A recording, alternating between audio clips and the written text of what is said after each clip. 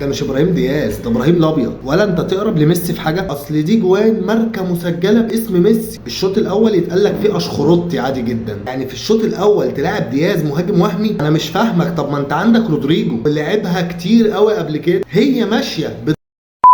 الشوط الاول كنا بنلعب ناقصين واحد بسبب الحنيكه بتاعت حضرتك. الشوط تاني يتقال لك في مستر كارلو انشيلوتي. شفت لما ابراهيم دياز راح ناحيه اليمين في مركزه الحقيقي اللي هو الجناح عمل ايه؟ الكره سهله قوي يا مستر كارلو. انا مقدر والله انك ليك مطبلاتيه كتير، بس طول ما انت في الملعب احنا بنلبس كوارث. غلطاته امبارح مش كفيله تحطك في مأزق، ده كفيله تخرجك من البطوله اصلا. حقيقي الريال ما كانش هيوصل لعدد النقط ديت في الدوري او يتصدر مجموعته في الابطال الا وهو عنده حارس كبير. المتوقع للونين ان هو يخش فيه 14 جون في الدوري ودوري الابطال. تخيل يا صاحبي انه دخل فيه 8 بس ومنع 6 جوان، على العلم ان هو اصلا الحارس الثالث. عشان لازم نديك حقك، انشيلوتي بادئ الموسم من غير الحارس الاساسي والحارس البديل وبدون خط دفاعه بالكامل. الفرقه كلها عباره عن خط نص بس. حقيقه ان انشيلوتي مرجع تاريخي للتكيف مع الظروف. في ناس ابتدت تشجع كرة بعد 2009 فمش فاهمين قانون التسلل بيقول ايه. اعذرهم يا صاحبي، لان اخر مره خدوا البطوله كان الحكم بيصفر بصباعه. لا يا صاحبي، ما تنساش تعمل هنا لايك وفولو وشير وتروح على الانستجرام تعمل فولو.